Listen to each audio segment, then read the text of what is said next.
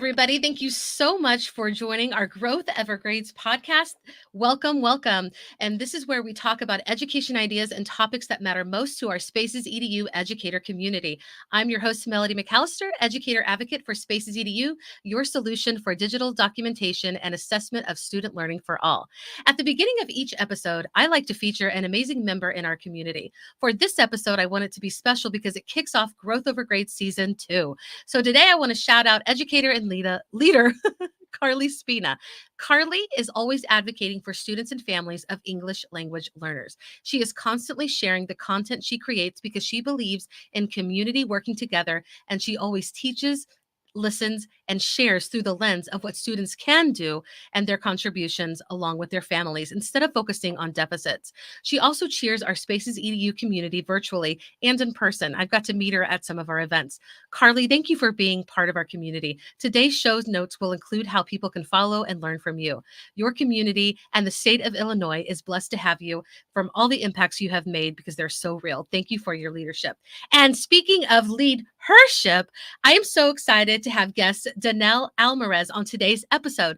Danelle is dynamic. She's been in education a long time and has led from different roles from the classroom, admin, and even central office. She is a thought leader and she helps districts align their goals and mission. It's thrilling to have her as a guest today. I feel like I'm in the presence of edu royalty as I welcome the Chief Impact Officer of Innovate Ed. Please stick around, invite a friend to listen in because Danelle is going to help us get our back to school spirit started on a note that will leave us all inspired and ready to begin the new school year. Danelle, how are you today? And you've kind of done everything in your education journey, but can you tell us the story of what it's been like in your journey? Oh, thank you for having me. What a heartfelt introduction. Thank you, Melody. I started out as a math teacher. Middle school math was my love. I started with elementary and kind of moved my way up and found middle school was where I belonged. So 20 years teaching math and science in middle school. Typical, moved to assistant principal, then principal, district office as categorical director and professional development, all while raising 5 kids. So I was living it in the moment as well as living homework and projects and all those things home. Started having some great success at the district I was in at East Whittier City School District. Shout out to them. A great place of family and growing. We started having some great success at closing the achievement gap and caught some attention of Ed Results and some other organizations that recruited me to say, do you believe in what you're doing? Do you believe that you're changing lives? And there was no doubt in my mind that it was having impact. And so they recruited me to then start sharing the information and the continuous improvement cycles with other schools in California, and now moved on with Innovate Ed and doing it across the United States, in schools in Africa, India, all over, and just enjoying every minute and helping inspiration by leading from the middle is kind of our philosophy. So yeah, it's been a wonderful journey. I love that so much. I love that you're a mother of 5. I love that you have gorgeous hair and that you're such an awesome leader. Is it okay that I said that? Of course, and thank you so much. Let me Um, fix my crown. and your curls, believe me, they are, yes. And your spirit, really, when I first met you, is just like it's so contagious and it's exciting to be around you. Can you tell us more about like leading from the middle, or what is a culture of collaboration? Tell us more about that. Oh, so in school systems, even in my family, I think of this, and right now we're living in a moment of what I call loose and tight. Hmm. We really need, we're not fixing the old system. We need to rethink the system now and say, how can we be better? And what a Mm. culture of collaboration does and leading from the middle is really helping everyone to their best potential. How are we maximizing everyone's knowledge? Most school systems in the past have been very top down. Here's Hmm. what we're doing. Here's what we have adopted. I want you to follow this and with fidelity, follow this curriculum. Here's the assessments you're going to give. And what culture of collaboration, what we try and help instill in districts is create a vision together. Teachers are more likely to be part of something they've helped create. Yes. Even in my family, no one likes top down. No one likes to just be told this is what you're doing. It takes all the creativity and excitement out of teaching and learning. So just a culture of collaboration where I see great success in the schools and the districts I work with is places where it's deliberate. There is a time, it's deliberate. It isn't, oh, we brought this committee together, we checked the box out of compliance and thank you very much. And it's not the other end where the committee is going to get everything they asked for. It's in the middle. It's the loose and tight of you deliberately have to meet. You need to hear the voices of all stakeholders from a place of curiosity and non-judgmental. Oh, Think yes. personal, no finger pointing. This is what's working. This is not. And how do we help each other move from those barriers? And how do we collaborate so that we're all lifting the plate together? And as teachers, how are you not all alone in your class doing it by yourself? How are you rallying around each other to help, make everyone a constellation? What we say is one star Yes. constellation make? If someone is a superstar teacher, how are we being sure that they are maximizing? If I think one thing COVID did is make us all say it leveled the playing field because no one was a superstar because people that were very content smart were not very tech savvy. The tech savvy were struggling with how do you do this great lesson over the internet. And so just that, and then high yield, low prep ways to bring groups together so that everyone feels heard. Not Mm. just not just an agenda, but how do you it's got to be a safe, trusting place where everyone feels okay to say this isn't working or I'm having trouble with this. But if you can get that culture of collaboration Mm. started and lead from the middle and hear all voices, magic just begins to happen, just begins to roll. Okay, so my heart is bursting because this is exactly what back to school should be about. It shouldn't be like these silly icebreakers, gaslighting teachers of why are you still here, because it's a heart thing. It's literally what can we do better? How can we do it better? What do we need to change? And how can we change that together? What are your strengths? What are our family strengths? What are all these things that we can do together? That is what it should be like. I love that. And I loved when you said, we're not trying to like keep this system. We know the system is broken. Let's change it. And we can't do that without the voice of the teachers. And I love everything that you said also respects the agency of Mhm. teachers. And if you go further and deeper in the community, all stakeholders includes the community of students and parents as well. And so you're not just getting that singular voice coming from the top. This is wonderful. How do you know when it's successful? So part of what we do is put in continuous improvement cycles or collaborative inquiry, where we say, what is it we're trying to do? And what you find when I talk to parents, to students, to teachers, to even district administrators, if we really talk about a profile of a learner, like what do we want for kids, we're not as Mhm. far off as we think. We really want kids to be happy. We want them to go, you have five, I have five. Yeah. One of my children likes school.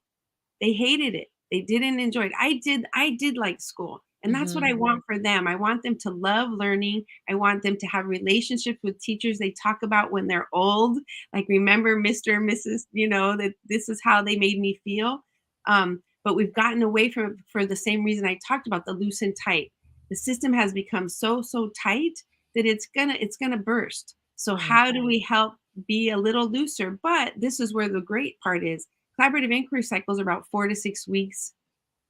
There's not going to be any great damage done if for 4 to 6 weeks you do something you're like that didn't go very well. Right? Mhm.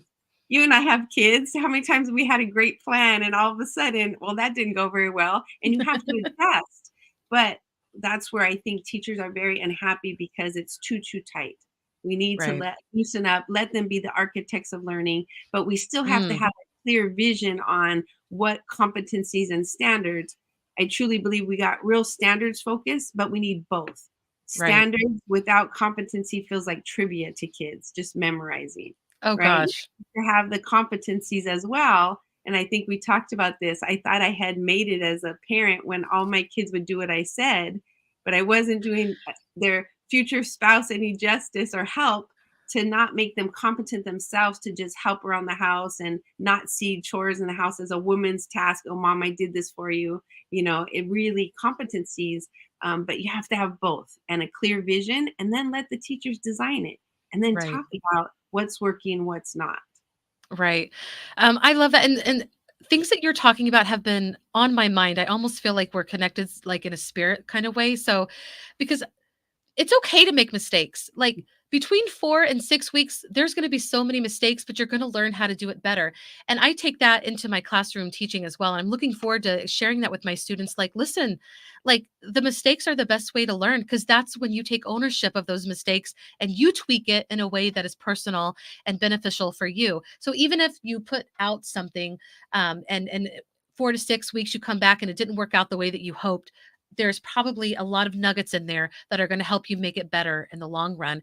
And that is exactly what learning is about, not this standard check, standard check, standard check, Anyway, I know I'm Yeah. speaking to the choir, but I love it No, what you're saying. 100%. No, exactly right, and involve the kids.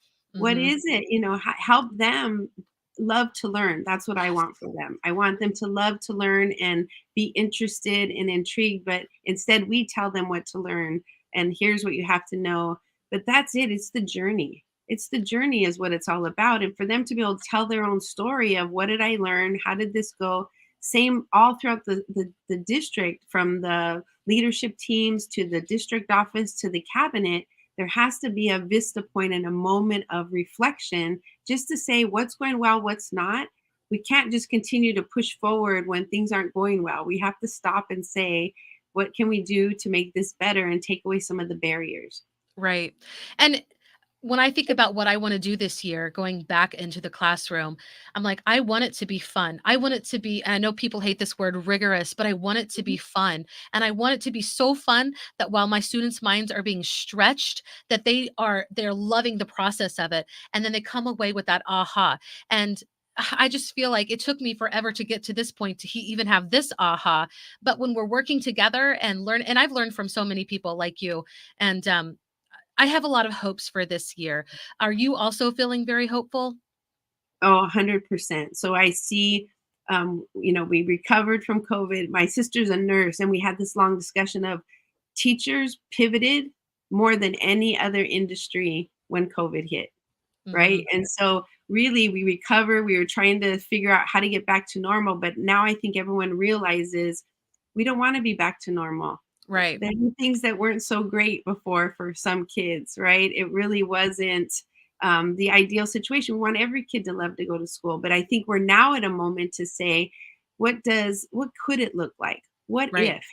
What if? And so I really think that we have to kind of reevaluate the instructional design because parents are working from home. You and I both know my kids went to school if they had a little tummy ache because I had to go to work. Go to school, call daddy if you don't feel well, but do your best. Now, if I'm working from home and they don't feel well, and we don't want to send them to school sick, we don't want the Right. 100% attendance award and you came to school with the flu. Mm. Don't want that, right? So we Mhm. need to rethink. And if I can work from home and I can go to Tahiti or visit grandma for 2 weeks, I want to take my children with me. What a great opportunity for them. But the school system is so tight. We aren't in a place that it's geographically fluid that I can leave for 2 weeks and still stay caught up or, read, listen. And my parents are not capable of teaching me algebra, right? And don't want to. So, how do you make it geographically fluid so that we have a 33% chronic absentee rate? Mm.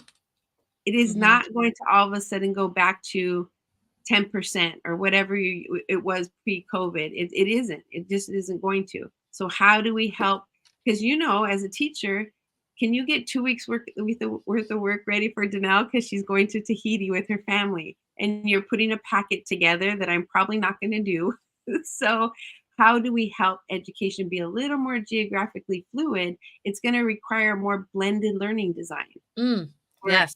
when you're away from school, you're either watching a video, listening to a great podcast, you're reading an article, or you're experiencing in Tahiti something where you're putting a budget together of how much did this trip cost, or what great entertainment is there. There's so much more than just the book learning. But if Yes. we don't become more geographically fluid, it will continue to crumble. Is was what I see is you can almost see it and Caitlin Tucker is a great one to follow, talking about blended learning and how to make it easy on yourself. As teachers, we're doing way too much of the intellectual lifting. We're doing Yeah. all the heavy work. We need to let the kids do a little more. They're capable of so much more than we're giving them, right? We really want that rigor and we want them doing the dancing. Right. So much of what you're saying resonates so strongly with me right now because I homeschooled through most of the pandemic. And I mean, I truly homeschooled. I was, designing the lessons, grading. I was going through a program to do it. And one of the things that I loved was that I love actually having all five of my kids with me. I'm not a perfect mom. I'm not a great teacher to my own kids, but I loved that we controlled like the routines. I wasn't being driven by a school district of where I needed to be all the time, when I needed to go to the bathroom, all these sorts of things that I hate about of the system that, that I also love. Mhm, And so I love how you're saying that we can change. We've got the tools now and we see the benefits of what change could look like. mhm, And, even we had in Anchorage last year, we had like 6 or 7 snow days, which is crazy because, winter is very long. It lasted into May. Like we had so much record fall snow last year that we even had snow days. And now they're telling us, I've been coming from meetings, we have to be prepared. Those snow days, we're still going to have school and we still can. And there's a part of me that is like, oh my gosh, just let kids have snow days. But we know that when we're doing lessons, virtually, they don't have to be long, like a whole mhm, school day. We can do it better. We've learned from that. So, what you're saying, really, I appreciate from two different aspects as a parent and as a mhm, teacher. And I just want to say hallelujah. But I also want to say when we talk about instructional design and grading practices, how do they go together? mm. So currently, imagine the college system, right? It's a GPA. But imagine the grading practice was a student standing up telling their story about a project they put together or a business they started or something they did in the community to volunteer. That would change the grading practices from, I see right now, teachers are like accountants of points. You hear kids say, how many more points do I need to get a B? Right? We really Right. want them to say, what did I learn? Right? What's challenging for me? What was interesting? But imagine kids standing up and telling their story. That's going to require us to change our grading practices from this very compliant point system Hmm. where a lot of times kids can pass with just doing the homework, Right. just being compliant and doing the worksheets, and maybe their parents are helping them with the projects. But imagine more that they were consuming at home just the video or the podcast and then coming back to school ready to discuss, collaborate, come up with ideas. I work with a school in Africa, and just amazing. They take the sustainable development goals. They're looking at farming and water and just things like that. So just imagine if we could Mm. unleash their potential. That's and find things that interest them because they are going to be the answers to the problems we currently have. And if we Yes. don't create these collaborators and these creative beings, we're going to all be in trouble. And so, how do you help them to start to find themselves, find things that they're passionate about, and more personalized learning rather than the old system was kind of gradual release, so we're taking the whole class through this step by step. Everyone has different needs. So how Hmm. do you now provide more personalized learning in a way where the kids are doing the intellectual lifting, they're doing the reflection, they're telling what they learned, what they're excited about. That's just a whole new world but the grading practices are almost like the golden thread. If we Right. can change that and give teachers more autonomy to create and be the architects of learning and bring the kids in. Here's what I'm thinking this next unit's going to be about. Here's the pieces, that I'm thinking are going to be interesting. What do you think? What about Hmm. or what do you see, right? Can imagine how much more involved they're going to be if they get to have some voice in what success looks like, what we learn. They're going to be they're all Right. over YouTube.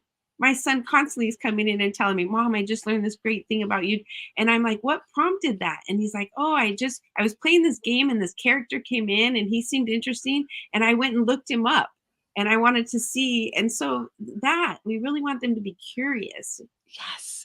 I love that, and I think that's the hallmark that we're looking for, the curiosity coming out, and how do our students feel that agency that they can take this, further, that they are the ones that are, like you said earlier, the architectures of their own learning, and that looks like for us less lesson planning, right? Because they're taking ownership of it, and and we're less putting the pressure on it, and then a whole other dive into that is they are coming up with real world answers because it is their world too. They don't have to wait to grow up for it to be their world. They are coming up with the solutions. And I think those are all hallmarks of wonderful learning. And that's how we know we're going in the right direction.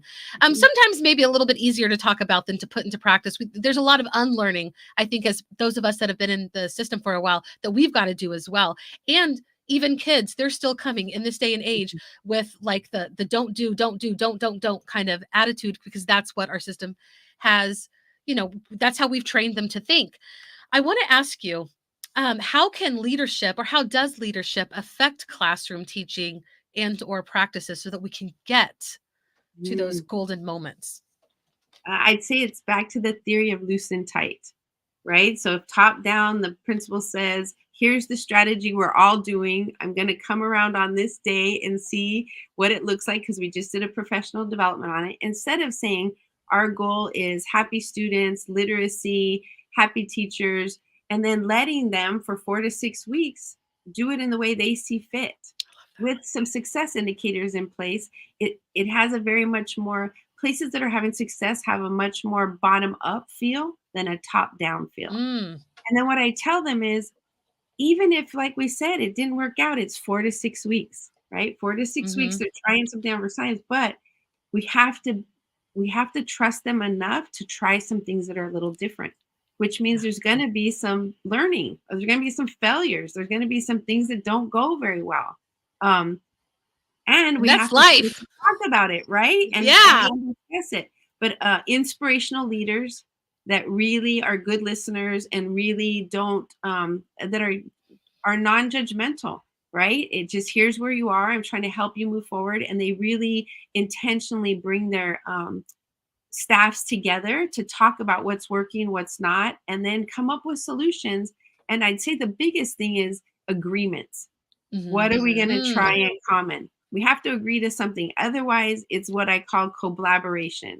We get together, we talk, we hand each other stuff, but there really isn't, "We're gonna agree to try this." And then come Mhm. back in 4 to 6 weeks and say, "How did it go? Here's what we did, here's what we tried." Give you a simple example, high school teachers, many of them weren't very tech savvy. They didn't really like technology, but they agreed to try, Jamboard to engage the kids in more authentic conversation, having kids write little post-it notes of what was their summary of learning. The Mm. teacher comes in and he's upset and he says, "I'm not doing that anymore. The kids wrote bad words on the Jamboard." And another teacher was sitting there from his department and he goes, "Oh, you have to have them put their name and tell them it's a quiz grade. They won't write bad words anymore." And he went back and tried it. But if he hadn't been vulnerable enough to say that didn't work, if he hadn't agreed with his team that, "Hey, I don't know how to do this, but I'm willing to try," he would Yes. have never done it again. And the kids actually loved it. They loved putting hearts on each other's and have conversations about people's posts or whatever it might be. But like that, we have to try and agree to something together, try it on for size, see how it goes, and then talk about what went well, what didn't. And most importantly, did it work for the kids? Right. Not did it work for me, but did the kids like it? Did they gain something from reading other people's comments or most valuable points or summary of the article? It's the conversation starters, and did they enjoy it, right? That's the whole point, the engagement piece and the wellness of the students. Right. And when you're talking about like when we as teachers give up because the first time it doesn't go well, um, that's that is often how our students feel too. So when we are modeling true learning, which is learning through failure, they also feel empowered to do the same. And honestly, that's real learning. Failure is like I hate a lot of times where we're grading kids on Mhm. failure when really that's just that first step. Like I know the first attempt in learning, right? But it truly is, and we should be praising our students and you took the first step, and like you said, that reflection piece is so important. But what did you learn? How can we change this? How can we iterate from this? And that is the most important learning that they're actually going to take for the rest of their lives. They're always going to use that, whether it's in school or career in college. Gosh, you're preaching today, and I love it. You mentioned something MVP, and you're the MVP today, Danelle. You are the MVP today. But I love how you focus most valuable point. Tell me more about that. Oh, so oftentimes when I'm working with districts or superintendents or teachers, you really want to hear what resonated with people because you went in with leading from the middle. You're trying to model for them. Those are the most inspirational leaders, the ones that model what you want to see. So this one's a real high yield, low prep way. So imagine I have 70 principals, district office. At the end of our session, I make them all discuss with each other what was your most valuable point, what resonated with you. Now everyone stand up. Someone give your most valuable point. If that most valuable point is the same as you, resonates in your heart, you get to sit down. So at a Mm. glance, all of a sudden, 20 people sit down after this person shares their most valuable point. One, everyone felt heard because sometimes I'll even say, "Oh, you sat down as well. Do you want to add anything to that?" Then the next person gives their most valuable point. But it's an opportunity for everyone to be heard at the end. And it's feedback for me that's timely, specific, and very inspiring to say, oh, that point really resonated. Or somebody will make a point that I'm like, wow, that was I didn't think of that. You get to see collectively how they think. And if someone wants to stay standing till the very end, it means they want to be heard. They want to say what is on their mind. And they'll say, mine was very similar to Melody's, but this is the part I want to add to it. But it's a high yield, low prep way to really get everyone's voice heard and at a glance get feedback for a facilitator, a teacher, presenter, very easy way to make sure everyone feels included. Oh, I love that so much. And and I can see too where it encourages even those who don't like to speak up. They still feel like, hey, this is what I want to communicate to you. And then you can also put some technology into that, do another jam board, use some Spaces EDU to put that in there so people can tell you. But yeah, I love that. And the best part of it, like you said, it's low prep and Mhm. it's conversation and it's human connection and it's exciting. And I'm going to tell you my MVP from our conversation today is just that I feel so encouraged to step back into the classroom this year and truly let my students lead. And I know that I'm going to fail. There are going to be things that I do well and things that I don't do well. And I'm going to have to be okay with that. And I'm going to be encouraged by that because I'm going to continue to model what real learning looks like. But it's about my students. And that's why I'm doing this. And I feel like if we keep that focus, then our failures aren't going to define us. And a lot of times that negativity kind of gets on us because we think success looks different. But honestly, so much learning is happening. I love it. That's my MVP. I'm going to be using most valuable point like every day probably. So, and I'll let you know how it goes. And we're getting closer to the end. I feel like we could talk forever and I'm so sad that it's getting close to the end, but I want to respect your time.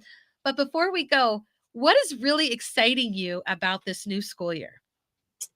It just seems that the schools and districts I've worked with so far to just do their kickoff, they seem to have a new energy. They seem to have a new excitement for these continuous improvement cycles and true collaboration and leading from the middle, to just be good listeners, right? Rather than, and it's actually a better, easier lift for them. You're not doing and deciding everything. You're not planning your PDs for the whole year. You're truly, as a leader, sitting down and saying with your teacher teams, okay, here's what we're going to do. We're going to try this for 4 to 6 weeks. And they're excited. Some are trying some different things. Some are trying some different instructional designs, different mastering learning grading practices. So it's a time for learning of what could be, what if, Right. what are you willing to leave behind that isn't serving us anymore? Leave it in that box and let's really move to reimagining, right? Reimagining. Don't try and fix the old system. Mm. Let's really look at what's working, what's not, and really and talk to the kids. They need and they'll tell you at the every end of unit. My advice to teachers is talk to the kids if it's not working for them or majority, because not everything's going to work for everyone, but what did you like, what could I do better next time, right? What as a teacher, and then how can I give you feedback so that we can make it a learning, not a failure. right? I think our words are important, and we don't want kids to feel like failures. We want to say, what did you learn? What did you learn from that experience? What are you going to do different next time? Which is the important question. Right, that we all should be asking ourselves and modeling. I absolutely love this. Leading from the middle. Our two most important, like if we want any sort of initiative to happen or any sort of change to happen, we must ask our students what is working, what is not working. We must involve our teachers. They are the experts that are constantly doing the work. And I feel like their voices are oftentimes extinguished. So I love that we brought that to the forefront because that's what real leadership is about. Danelle, thank you so much for coming on the beginning of season 2 of the Growth Over Grades podcast. I appreciate you so much. Thank you for everyone who joined us live or who are watching the replay or listening. And I want to invite you to come to our community, our Facebook community, the Spaces EDU. If you just search us, we'll be there. And let's keep the conversation going. We had a great conversation going. For everyone who is either already back in school or leading up to that, good luck. We wish you the best, and we want to know how that experience is going. And we will see you next time. Thank you, everybody.